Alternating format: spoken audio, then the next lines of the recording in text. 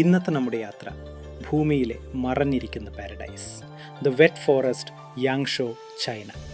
ദുബായിൽ നിന്നാണ് എൻ്റെ യാത്ര തുടങ്ങുന്നത്. ഇത് എമിറേറ്റ്സിൻ്റെ ലോഞ്ചാണ്.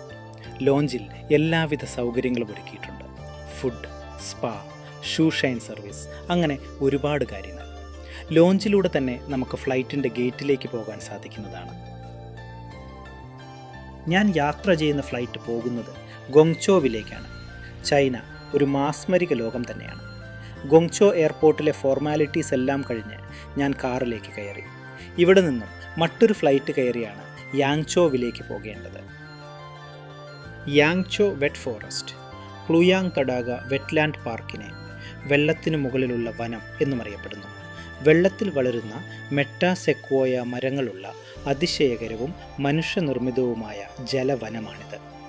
സമൃദ്ധമായ ബോട്ട് സവാരിയിലൂടെ പര്യവേക്ഷണം ചെയ്യപ്പെടുന്നു. ശാന്തവും മനോഹരവുമായ കാഴ്ചകൾ പ്രദാനം ചെയ്യുന്നു.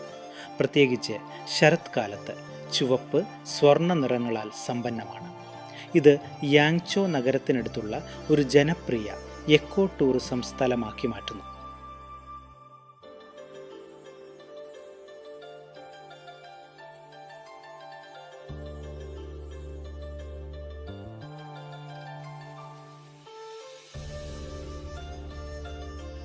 സ്ഥിതി ചെയ്യുന്നത് ലുയാങ്ങിലേക്ക് വെറ്റ്ലാൻഡ് പാർക്ക്, ഇയാങ്ചോ, ജിയാങ്സു പ്രവിശ്യ.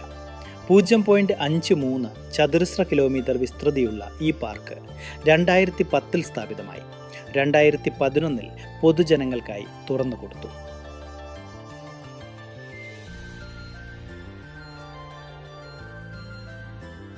നമ്മളുടെ കണ്ണുകളെ വിശ്വസിക്കാൻ കഴിയാത്ത രീതിയിലുള്ള പ്രകൃതി ഭംഗിയാണ് അവിടെ ഒരുക്കിയിട്ടുള്ളത്.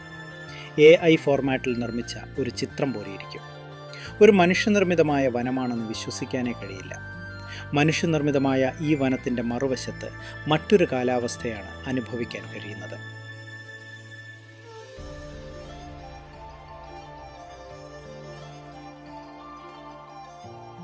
വെള്ളത്തിൽ നിന്ന് ഉയർന്നു വരുന്ന ഉയരമുള്ള മെറ്റാസെക്വോയ മരങ്ങൾ താറാവിൻ്റെ ഭക്ഷണമായ പായൽ കൊണ്ട് മൂടിക്കിടക്കുന്നു. വളരെ ചെറിയ ഇലകളാണ് അതിനുള്ളത്. സീസണിനെ ആശ്രയിച്ച് ഒരു അവിശ്വസനീയമായ മരതകം അല്ലെങ്കിൽ സ്വർണ്ണ ഭൂപ്രകൃതി സൃഷ്ടിച്ച് സന്ദർശകർക്ക് ജലപാതകളിലൂടെ ചെറിയ ബോട്ടുകളിൽ, തുഴച്ചിൽ ബോട്ടുകൾ, പെഡൽ ബോട്ടുകൾ എന്നിവയിൽ സ്വന്തമായി തുഴഞ്ഞ് സഞ്ചരിക്കാം. അതുല്യമായ ഫോട്ടോ എടുക്കാനുള്ള അവസരങ്ങളും ശുദ്ധവായുവും ഇത് പ്രദാനം ചെയ്യുന്നു.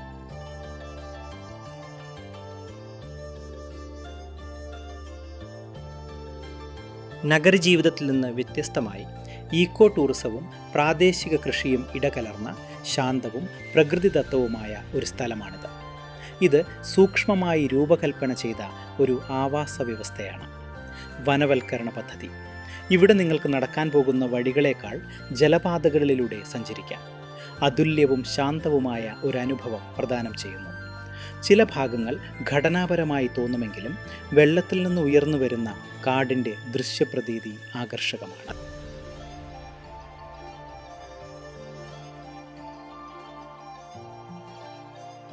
ഈ യാത്ര ഇവിടെ അവസാനിക്കുന്നില്ല.